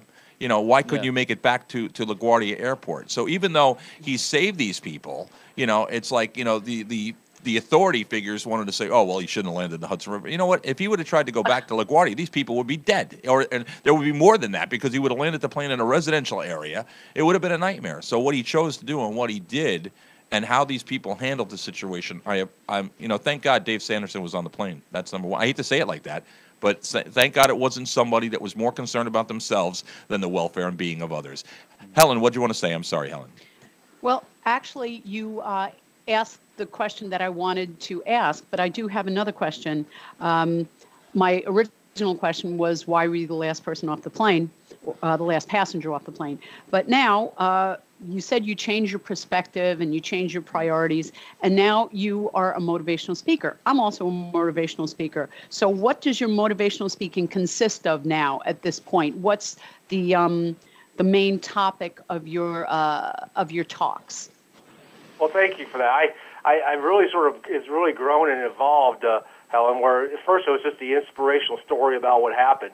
But now I take that inspirational story and really, depending on who I'm speaking to, my whole focus now is cultivating personal leadership. Because what I realized after I wrote my book, Moments Matter, is that there were certain skills and strategies that I used that day that I learned throughout my entire life, and candidly, I employed them that day. And there are strategies now you can use when you have your own personal plane crash in life, whether that's a fire, flood, health scare, but you can use it in business likewise, because one of the messages I have, Helen, is everybody in life will have a personal plane crash, whether, and no one gets away with life where everything is pixie dust and sunshine. So my whole focus now, my talk about is I take the story and try to meld it and tell people these lessons and strategies, so when they face that moment, when they're going to cross that moment, that threshold moment, they at least have a reference to be able to use. You know what? These guys survived this. They use this. They use the sensory acuity or state management and leadership skills to survive. And that's my whole focus right now, is cultivating personal leadership. Wow. I just want to say thank you for joining us after our friend Ren took off from JFK this morning. Thank you for talking to us now. I forgot about that. Dave, I would like to know how do you feel about flying today, and after that experience, did it take you a while to get back on a plane? Have you been back on a plane? Yeah, I fly quite often. Thank you for the question. I actually flew the next day, but candidly, I was being told what to do by U.S. Airways and the authorities. So, I really was not, after that, I wasn't probably mentally in that state, but the next week my company asked me to fly to Michigan for a business meeting, and I went. Wow. And, I look back, and some people say, man, that's pretty nappy, but I look back at it like maybe that's a good thing, because when I was on Oprah several years ago with some of the passengers, and I found out some of the passengers still hadn't got back on a plane. Wow. In fact, they put it on one lady on a train from New York to Chicago because she will never get on a plane again. So maybe that was a way to say, get back on the plane. And I think that's a big lesson for me, is once you go through a challenge, you got to face it again quickly, or you may not ever face it again. Right. Absolutely. What about now, when you arrived home and you were reunited with your family? How was your wife? That was it, because my wife was in shock. And I don't know if she was in shock that what I went through, but what she was in shock of is she had the media attention all over, because my name got out so quickly. That I was in New York, I was on Katie Couric, I was all over the news. So all the TV stations came to our house and basically planted cameras, and here she is, not knowing what's going on. She knew I was alive, but didn't know any other thing. So I think she was in pretty much shock. It took her a little while to get through that. Absolutely. Right. What was it? I'm gonna switch gears here just for a little bit. What was it like? Now, you were associated with Tony Robbins. How did that come about? Well, back in the early '90s, I attended one of his events, and I got a lot of results because I actually did something that a lot of people don't do. I actually did what he taught. In fact, the same thing I told him that night after the plane crash. He called. I said, I actually used the things I learned from you during the plane crash. So I was volunteering at one of his events in Maui. I helped his wife in the situation, and she asked me if I'd be interested to be on the security team. I'm like, man, it's a lot better than handing out brochures. And so she put me on part of his security team. So for the next 10 years, I grew from being on the team to being assistant director to being the security director for Tony and traveling the world with him and making sure he could fulfill his mission. So I learned a lot being around Tony and all the skills, and he was one of the greatest assets and resources and mentors I've ever had. I got to tell you, if you've ever had the opportunity to see Tony Robbins in person, you wouldn't think that Tony, with the size he is, would need a security team. He towers over everybody. Unfortunately, these days, everybody needs somebody. Yeah, you're right. You're absolutely right. You're absolutely right. Well, did you walk through fire? I actually found the video of Dave Sanderson talking about, of Tony Robbins talking about Dave Sanderson and the Miracle on the Hudson. I'm going to post that to our copy Facebook page. You guys can take a look at that. Good. And Helen, what were you going to say, Helen? Dave, did you do the fire walk? I've done it over 100 times. Wow. You got to walk your talk, Helen. Okay. You got to walk your talk when you were Tony, man. You can't back down. Does the fire have to be hot? Is there such a thing as can we just maybe walk on charcoal and just fake it? No, I'm kidding. Dave's book, Moments Matter, it details Dave Sanderson's close encounters with death and how one defining moment can create a lifetime of purpose. The book was published on the 7-year anniversary of the Miracle on the Hudson, when a bird strike hit the U.S. Airways Flight 1549, and there was no choice for the crew but to ditch and land the plane into the Hudson River. As I said, Dave was the last passenger off the flight that day. He was largely responsible responsible for helping the passengers to safety, risking his own life in the frigid waters, and despite hazards to himself, the only thought he had was helping others and emerging from the wreckage with a mission to encourage others to do the right thing. So initially what happened, I love what you said, it was like you knew where you needed to be or where you were was the right place to be. The bottom line is, if anybody in life, if you have that moment in time where you can just, where it just comes over you and you realize, you know, what really, really, truly matters, as Dave was saying before. As I can see from looking at his website, which, by the way, is davesandersonspeaks.com, you know, this is the type of man with inspiration and just listening to the story and understanding where he was, where he went, and where he is today. It's great. That's what I think more people. Helen, your comments on this? I think more people need. You know, you could stand up in front of somebody and you can talk about things, but to actually have experienced it and be able to detail an experience such as what he did deal with is, you know, it's just amazing. Helen, what do you got to say, Helen? I think what he's gone through and the bravery that he showed, the courage, the faith, the fortitude, changing his perspective, it's amazing. And I really like that he's sharing it with the world. Absolutely. That showing that you can believe in yourself and just moving on. And actually, you kind of see when you're in a situation like that, it really shows you what you're made of. It really shows what kind of person you are. You can either be saying, get me off the plane and trample everybody, or you help people. And kudos and God bless that you did the right thing. Mike, what do you want to say to this, Mike? Now, how deep was that water, between the landing when it first hit the Hudson to the point where you actually left the plane? It was waist deep for me. It was waist deep. deep. There's a picture I show when I speak that someone took. It was on Good Morning America, and I was blown away because it was the first picture that was shown on Good Morning America was me hanging out of the plane waist deep in this water. And I knew how deep it was until I actually saw it back. I'm like, whoa. I didn't realize how deep this water was. That would be me. That would be me. I'd be the one in the plane taking selfies. Excuse me. Can you get together? We'll take a picture here. Mike, what do you want to say? Now, if you didn't move from your seat, how deep would that water have been Over on his you? head. Yeah, it would have been over his head. It would have been. Yeah, over his head. It was about knee deep. When I got up, it was knee deep. Yeah, there you go. So, Lisa, what do you want to say? You're very inspiring. The whole interview, I have the chills just thinking about what you went through, what everybody went through, what your family was going through, because they're probably watching it on TV. Very, very inspiring. It makes people, for me anyway, realize what's important in life, perspective, priorities. Life is short, clearly. And the fact that the courage and the bravery, I mean, Helen said it perfectly. Very amazing. I'm thrilled to be able to speak with you. Thank you. Jay? Yes.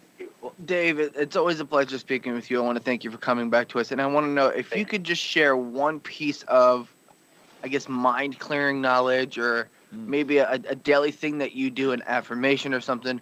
What would it be? What is one skill that you would like to share with the world?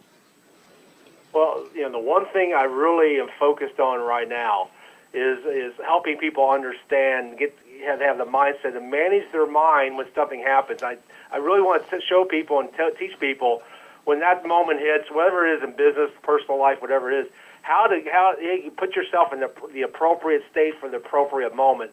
And I talk about how Captain Sullenberger did that, how I do that. So there's a lot of things that I talk about, and I'm really focused on. But right now is two things. Number one, how to manage your state and how to manage your mind. But second is how the meaning you attach to something produces the emotion of your life, and emotion is your life. So it's the meanings you attach, and you can change that meaning by reframing. So I show people how they can reframe meanings from negative things to positive things.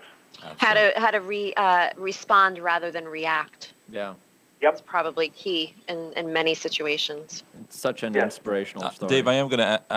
I'm looking at the topics that you speak about, and one of them is survivor guilt. Can you define that for me? What exactly is survivor guilt? Well, I didn't really realize that until after all this was going on. All of a sudden, I started getting phone calls, and I got one that really sort of took me back. And it was a lady who had survived the avalanche on Mount Everest. and she and 4 other her friends survived, and about 20 other passed away. And she's in Canada, and she would not come out her cabin. And finally, someone got me in touch with her, and she had this survivor guilt. She was like, why did they die and I didn't? I said, one of the first things that I was asked, I don't even remember that unfortunate plane crash in Buffalo where all those people perished.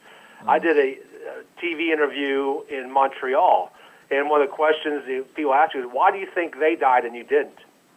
And that sort of started this thing. There's a lot of people, even on U.S. Airways Flight 1549, that have that guilt. So that's when this whole thing about meaning started coming into more play for me, because I had to get her to associate a different meaning where she could have. She has a reason to be alive now. She has a reason to go out and help people who have gone through this, just like I have.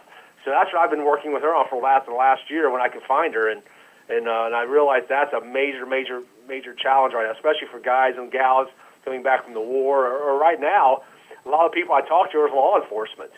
And what's going on right now in law enforcement, it blows my mind. So these folks have a real challenge right now. Absolutely. I just want to say, Dave, I mean, I know that you do a lot of motivation things and things like that. But the next time that you want to take the polar bear plunge to the next level, could you just let all of us know? We'll join you.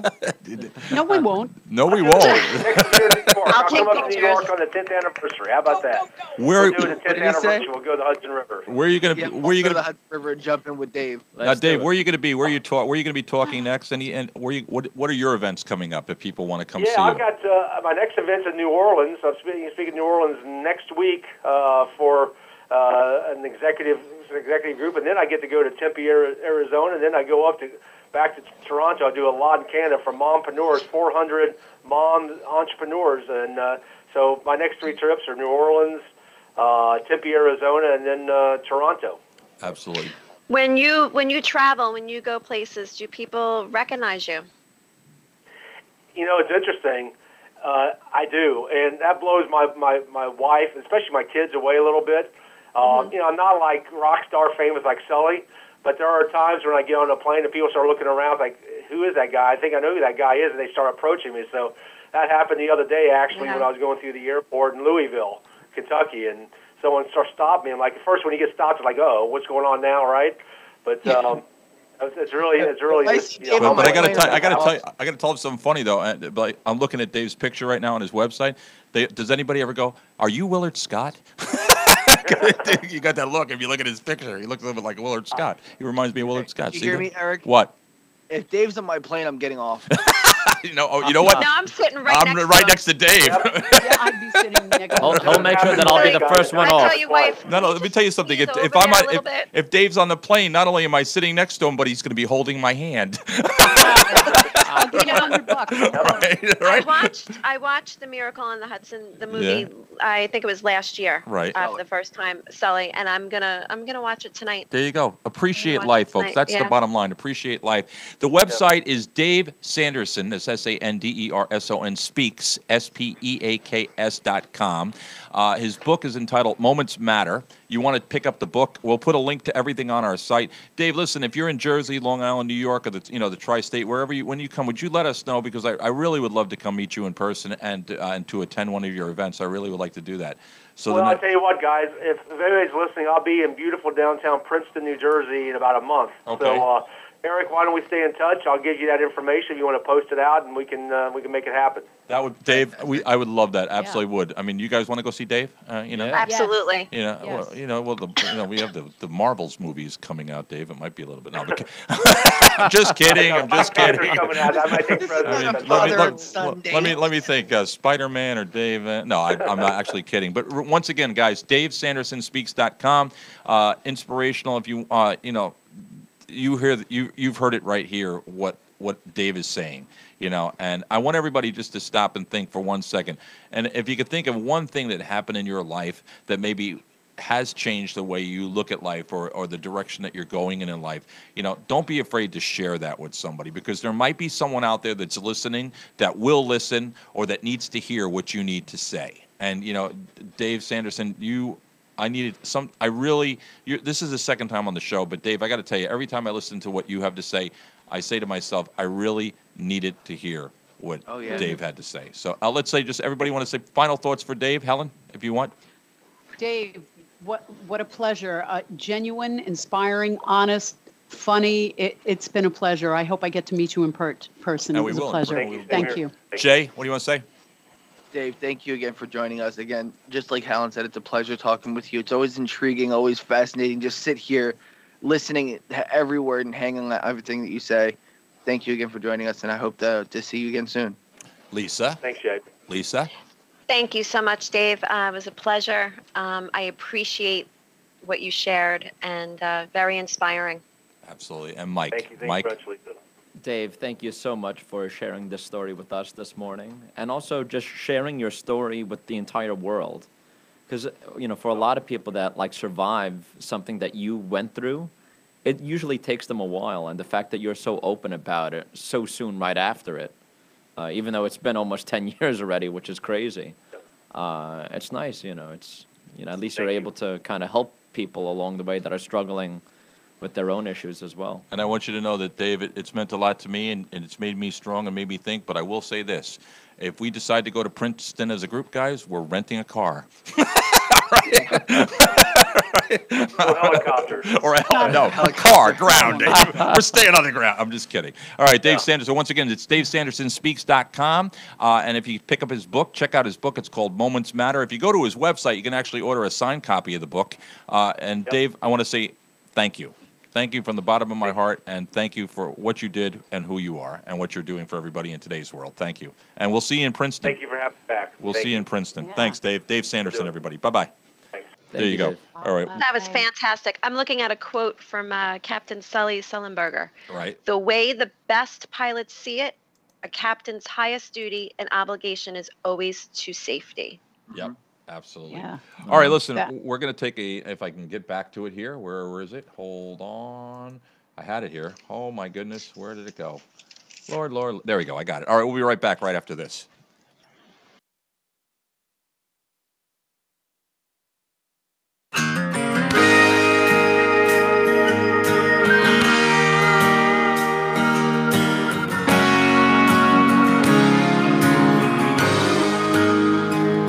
Mama's faith is how Detroit steel's made, and Daddy's hands are we've done wrong. How the brand of steel is how bourbon tastes, how foundation is to its home. Yeah, strong. That's how my kisses are. I hold you in my arms. It's how these two hands hold on. How I feel for you when I lay down. Yes, they love you all night long. Yeah, strong.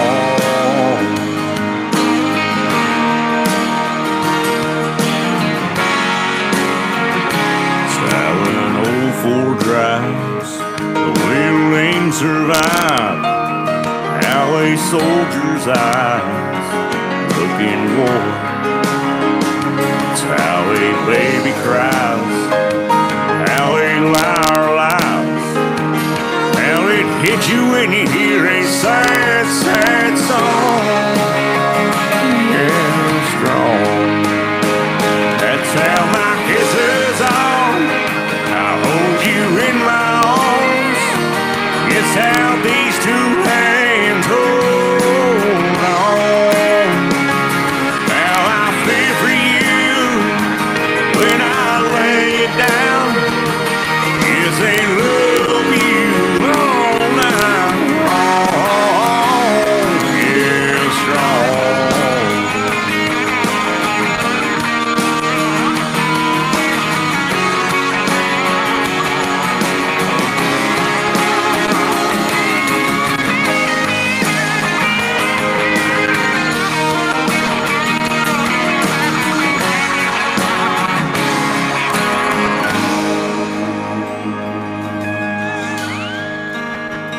How the good book reads in red, How a sinner bows his head, how you hurt when loved one's gone. That's how my kisses are, how I'll hold you in my arms, how these two hands hold on. It's how I feel for you when I lay down. Yes, they love you all night long. Yes,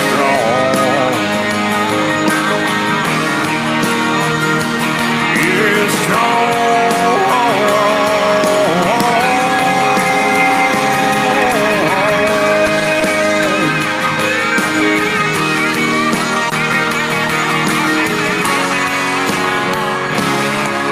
Yes,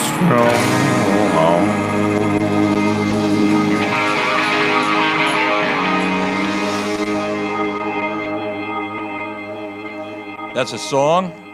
That's a song called Strong. There you go. All right. I was trying to do, I guess it didn't work here, so I'm going to hang up on this thing here. Just try this again here. I got to make a phone call here, and you'll understand why in just a second. So just bear with me here. I'll bring everybody back in. See if I can get this working here. Hopefully it'll work. Sure. Hello? If you're a Total Home Care customer, please press 1 now. If this is an emergency, please press 9 now. For plumbing... Hopefully it'll work. Let's see if we get through to them. I'll explain why in a second, guys. Trust me on this. Just trust me. See, hopefully the actual company will Thank you for calling All Tech Services. Your home service. Thank you for calling All Tech Services. This is Kelly speaking. How can I help you? Kelly, are you at the service or are you in the actual office? May I ask? I am in the actual office. I handle like the appointments and all that fun stuff. Kelly, I got to tell you, my name is. They call me KOP, and I'm with KOP and Crew in the morning. We're a morning show, radio show here in New York, and you guys did a fabulous thing, from what I understand, for a woman who had to cancel her service for a sick child. If you don't mind, I got to tell you, guys, say hi. Everybody say hello. Everybody say hi. Hey. We're live on the air. Hello. We're on the air right now, and I know you're busy, and I don't mean to bother you with this and everything like that, but I have to say thank you. But it was so nice to wake up and see that story. What they did, guys, was a mother had an appointment to have her her furnace serviced. They're an HVAC company, right? And what happened was they called up, and she canceled the service because she said her child was sick. Well, what All Tech did was they sent flowers to the mother. About an hour after she canceled the service, the doorbell rang, and they sent flowers. Who was responsible for that, Kelly? Is there someone in the office that was actually responsible for doing that? It's more of a kind of group effort. Sorry, I kind of got nervous when you said I was on. That's all right. That's okay. That's all right. But yeah, it's kind of group thing. But the person who sends the flowers is Penny, and the owner of the company, Abe. They are the ones who do that every time. Absolutely. Someone gets sick and we have to cancel appointments. But it's something that we do for all of our clients to make them, realize that we do think about them and hope they feel better. Do you hear that, guys? Is that amazing or what? Wow. A company like All Tech. That, let's face it, HVAC services are a much needed thing, all right? And they could be the type of company where it's like, yeah, we know you need us, and where are you going? You got to use us. Sooner or later, you're going to have heat or air conditioning, and it's going to go down. But these guys, that's amazing what you do. And as everybody say thank you on 3. Here we go. 1, 2, 3. Thank you. All right, we gave you your morning thank you. Thank you. Thank you so much. Let everybody know we love you guys. And listen, do you service Long Island? If you can find out, can you send a truck to, send a truck because I want flowers if I'm not feeling well. Nobody sends me flowers. We probably would if we could. There you go. Nobody sends. Their name of the company. We're all over the country. Actually, we're heard actually in Virginia. We do have people that listen to us. It's All Tech Services Incorporated. Their phone number is 703-628-8200. Real quick, because I know that she's got to go. Anybody want to say anything? Anybody, Helen? Anybody got any comments? Anything you want to say? She's muted. Thanks for being awesome. Yeah, go ahead. Thank you so much. Absolutely. And Mike?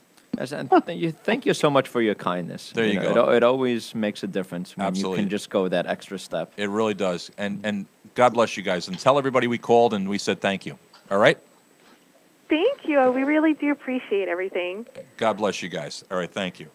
Hey, Bye-bye. hey. Yeah, what? What, Helen? Eric. What? Eric. What? I like Yeah. a morning thank you. I Yeah. think that should be a segment on the show. All right, so say, Just saying. you want to thank me? What do you want to thank me for? Thank you so much for the thanks. Thank Sean. you. Thank you. Goodbye, Kelly. I Bye-bye. slipped into Bye-bye. that one, didn't Bye-bye. I? Good grief. There Anyway. you go. Yeah, we got it. But Okay. I think that's a nice little segment. I really do. Okay, so there we go. We got a new segment. It's called Morning Thank Yous. All right, so you guys Yes. can, if you guys out here, I'll tell you what, if you guys out there listening, all right, by chance maybe Is you. that lady still on the phone? No, I hung up on her. I said goodbye. Good. I Hung up on How her. she's gonna handle this? Can you see Eric calling Linda? Thank you for sex last night. I was great, wasn't I? Good. Tell me thank you. Thank you. I was awesome. Oh, All right. my Lord. Listen, I didn't go there. All right, I didn't say it. Jace did. So I didn't say I that. said it because you would have went there. No, but what I was going to say, was that if anybody out there has somebody that you think deserves a Cop and Crew morning thank you, let us know, and we'll be very happy to call up and say thank you. All right, and if they don't deserve a thank you, if you want us to call up and tell them they're idiots, we could do that too. Whatever you like us to do, we'll do it for you. No problem. Do we have a Sky Zone thing to give away? Yes, we do. We actually do. We have a Sky Zone thing to give away.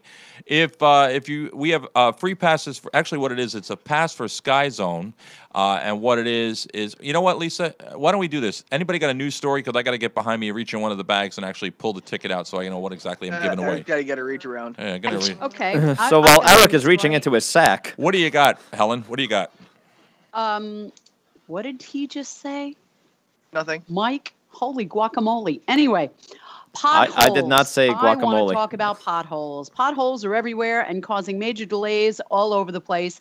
And people are getting flat tires. They're, what's this called? The axes are getting knocked out. And it's everywhere. I don't know about you. It's got to be in Delaware. It's got to be, well, I don't know if it's in Florida. Would it be in Florida? There's not one pothole here. Oh, you little stinker. Anyway, all over Long Island that, you're playing dodgeball with the potholes. It's a pain in the butt. And if it's snowing, if it's raining, and the pothole fills with water, you don't know it's there. And if it's a bad one, you're screwed. It's awful. I thought that happened to me on the way home from WLINY yesterday. I hit a pothole and went clunk. Florida is one giant pothole. I'm gonna have a flat tire, but luckily it didn't happen. But boy, there's nothing scarier than being on a motorcycle and going, crap, is that a pothole? Oh, then what do you do? Well, I guess you go around it. Head into the shoulder as quickly as you can. Just do a wheelie. Can't do a wheelie with an 800-pound motorcycle.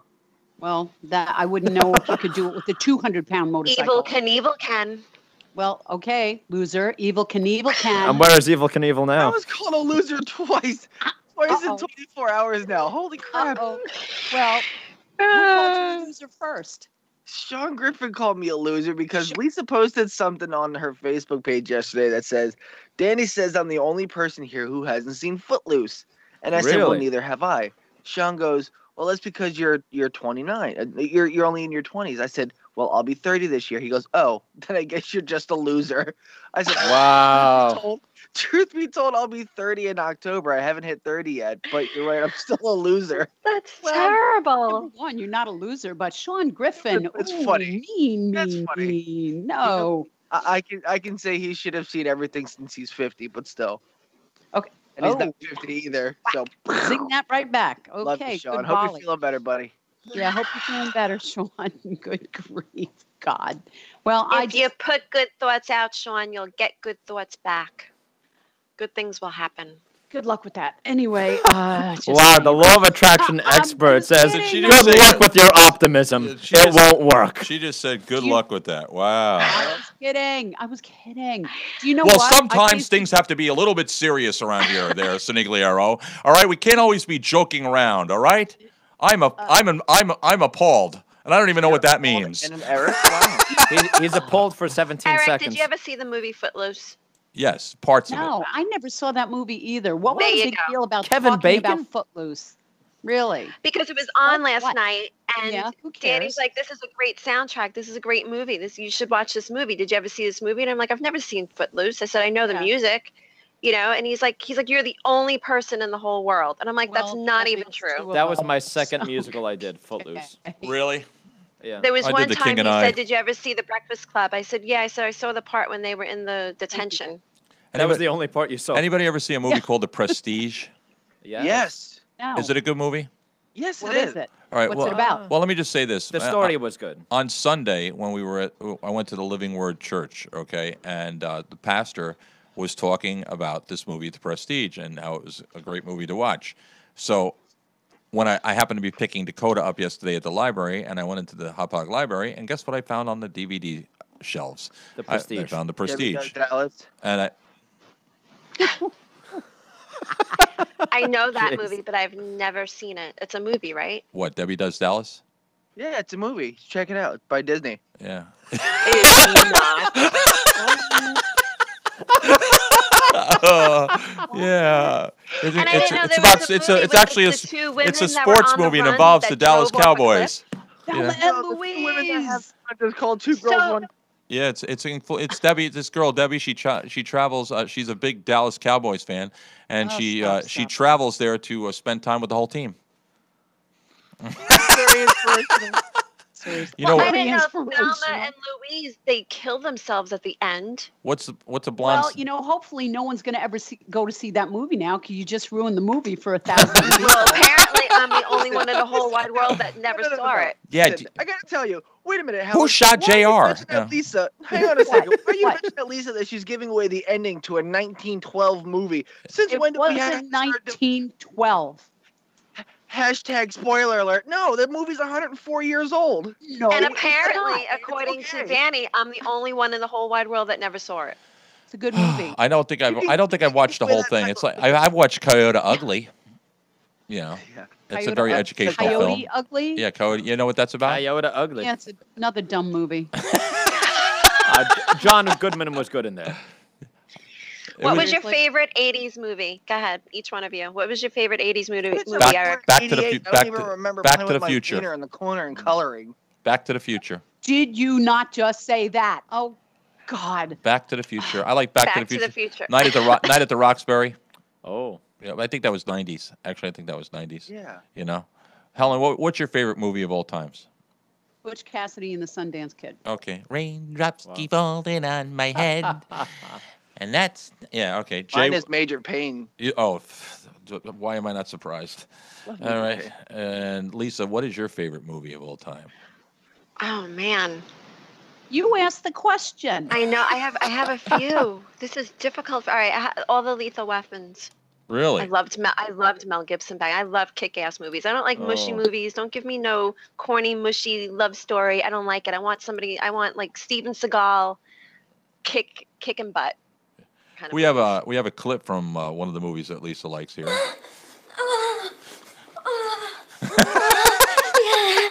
Holy, you know, I hate when I play these sound effects because wait a minute.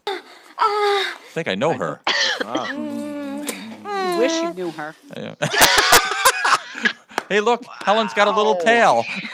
Listen, I have something to read. What? It's a text message. If I Good. I wanted to find out what happened to the little. It's a I always billboard. finish that book we were talking about the other day. You know, the guy in the yellow hat with the little monkey. We gotta find out what happened. Yeah. I never read those books. Totally never read those books. Really? Two things. Julie Angelina Lorendi Giovinazzo from Australia, I think, says hello. That is quite and the Harry name. George says The Godfather. The horse had seen rocks. Oh, yeah. Never saw it. How he spells You rock. never saw The You Godfather? never saw The Godfather? I never saw The Sopranos, the What? show. What? Yeah. Oh, boy. Wow. Boy, Wait a they. minute. Aren't you Italian? Yeah. What's up with that? Really? Have you I've ever been those busy. movies. have you ever eaten a cannoli? I don't really care for them, but yeah. Yeah. Have you ever had sex on a bridge? No. I don't know. I just threw that in. I don't know. I was figuring we were asking questions, you know. You know Oh, what? my- We were so. Yes, thank you, Dave Sanderson. So inspiring. Sex on a bridge? Where what happened? Where'd we go from? All over. What did you want to? That sounded like you, Helen. What did you want to read, Lisa? Sex on a bridge? No. It's Austin Mayville says Al Pacino, Scarface. Actually, I will read it tomorrow. Okay. It'll be my segment for tomorrow. It's a little. It's a few minutes. Oh, okay. All right. It's from a mom to her children, but it's funny, but it's good. Okay. It's a very Okay. good read. All right. That very sounds good. All It's right. so good, it's funny. All right. Cool. So good, it's funny. There was a just I mean, Jay, you were and I hate to bring this up, but I'm gonna say it like this. Justifiably wrong. Jay was at Rikers, and he took care of what needed to be taken care of. But there's so many things that are going on and with Rikers Island. A demonic correctional officer who is under investigation for allegedly waterboarding inmates and savagely beating their genitals is also accused of leaving another prisoner partially blind after punching him in the face while he was handcuffed. And we end on a high note. Well, no, I'm not trying to end on this. I'm making a point with this. I'm making a point. Okay. I'm making a point. Is that if you see something that's wrong, do not be ashamed or afraid to say something about it. And regardless of the fact that these people are in the correctional system, I always said that to call this correctional is wrong because there's nothing that's correctional about it. It basically puts people into a system that basically brings them out of the system worse than when they went in it most times, and especially Rikers Island. And the reason I'm bringing this up is because next week we're actually going to have an interview with an attorney who is experiencing firsthand or is defending some of these people that have been tortured and that have been maimed and things like that. So if you see something like that, don't be afraid to say something about it. Everybody has a right to live, to live and to be at peace regardless of where they are. And, Jay, too. I mean, Jay, I don't know what I don't think you really had to experience, anything really that severe where in the sections you were in. But it happens every day. And, I'd say stop. It needs to stop. And I applaud when things like this, when people that are causing or inflicting harm on other people are finally caught, because it always seems to catch up to them. So don't inflict harm on people. I had to say something about that. So be kind to one another. Yes, absolutely. All right, Mike, parting thoughts. Parting thoughts, wherever your endeavors may take you, make sure you stay safe. Tell someone you love them. Give them a hug. And we'll see you tomorrow morning on Valentine's Day, most romantic day of the year. Very good. Helen Tornigliero. Yes, tomorrow is Valentine's Day, and on 17 Seconds, you and I, Eric, are going to be talking about love and the law of attraction. Have a great day, everybody. Love, look at the two of us. Oh, gagged me. Strangers. How very attractive. You know what I get a kick out of? You know what I get a kick? What is wrong with you today? You know what I get a Why? kick? What are you talking about? Tuesday is like I'm taking my day off. Just do what I do. So nice Jay, to keep on Wednesday, it's like back to personality and happiness. Jay, it's fine. Just ignore her like I do. Anyway. I'm just kidding. Lisa. I'm just teasing. Lisa. Two things. And her shorts One, there. another quote from Captain Sully Sullenberger. Yeah. We need to try to do the right thing every time, to perform at our best, because we never know which moment in our lives will be judged on. Yeah. I Okay. thought that was interesting. And the other one is the 4 agreements. 1, be impeccable with your word. 2, don't take anything personally. 3, don't make assumptions. And 4, always do your best. Great Very book. good. Jay. Nice. Yes, tomorrow Helen actually has a new theme song for her show. Does she? Yes, when she's talking to you on her show tomorrow. Yeah. There you go. Okay. It's where she confesses her love for Actually, Superman. All right. Thank you. You want to know something? That is really a good theme song for tomorrow. That's a great theme song for tomorrow. I want to first off give a great big shout out to Great Cloud Radio, who started playing us yesterday. Thank you. We go on air tomorrow. We're on air right after the show. To 92.1 FM iJuice in the UK, iTunes, iHeartRadio, Podbean, Podsnet, Mixler, Spreaker, TuneIn Radio, Facebook Live, Periscope, Instagram, WordPress blog. I really have to change the wording that I have here. WordPress blog, Twitch, YouTube that we're also on today, Facebook Live stream. Thank you all for hanging out with us. Dave Sanderson, again, it was always a pleasure to speak to you. Thank you for joining us, and I hope to hear from you again very soon. I hope we get to meet you in New Jersey. And that gentleman that we spoke to, I forgot his name. I apologize, but that guy with the flying advertisements, Ronnie DeLilio. Yeah. It's always great talking to people that do cool things like that. And thank you all for joining us, and we will see you all tomorrow. You know, we were talking before a little bit about books and things like that, and I was joking around with the yellow, you know, the guy in the yellow hat and everything like that. But one of the greatest, and I'll call him an author because I think what he did and the way he wrote for children was actually really amazing. And one of the things he said was, be who you are and say what you feel, because those who mind don't matter and those who matter don't mind. Dr. Seuss. There you go. Helen, I love you. Thank you so much. You know what else he said that was inspirational? Here it comes. He snizzled Pop and snazzled. pop. Red fish, blue fish, one fish, two fish. One fish, two fish, red fish, blue fish. Yeah. I love that. Yeah, Dr. Seuss. Yeah. He I snizzled posted and something snazzled and sneezled and snozzled. In 2014, I posted a meme, and it says, "Why It's don't not- you go slip into something nice like a coma?" Oh. Wow. Hashtag Tuesday motivation. On a positive note yet again. Wow. But it's so funny. Wow. Helen, I love you. Jay, I love you. Lisa, I love you. Mike, I love you. Janet, if you're listening, and I know you probably are, thank you. You know, we miss you, and Miss you, Janet. hope everything goes the way you want it to go. Thank you to Dave Sanderson for joining us. Ron DeLilio, of course, the small business owner spotlight of the day. Tomorrow, of course, Marie Stewart will be on with us as she is a Disney planner. And, of course, in the news lately with the pricing of going on vacation and things like that, she'll, you know, because I want to go to Disney. And you know what the attitude is like, if I want to go to Disney, I don't care how much it's going to cost.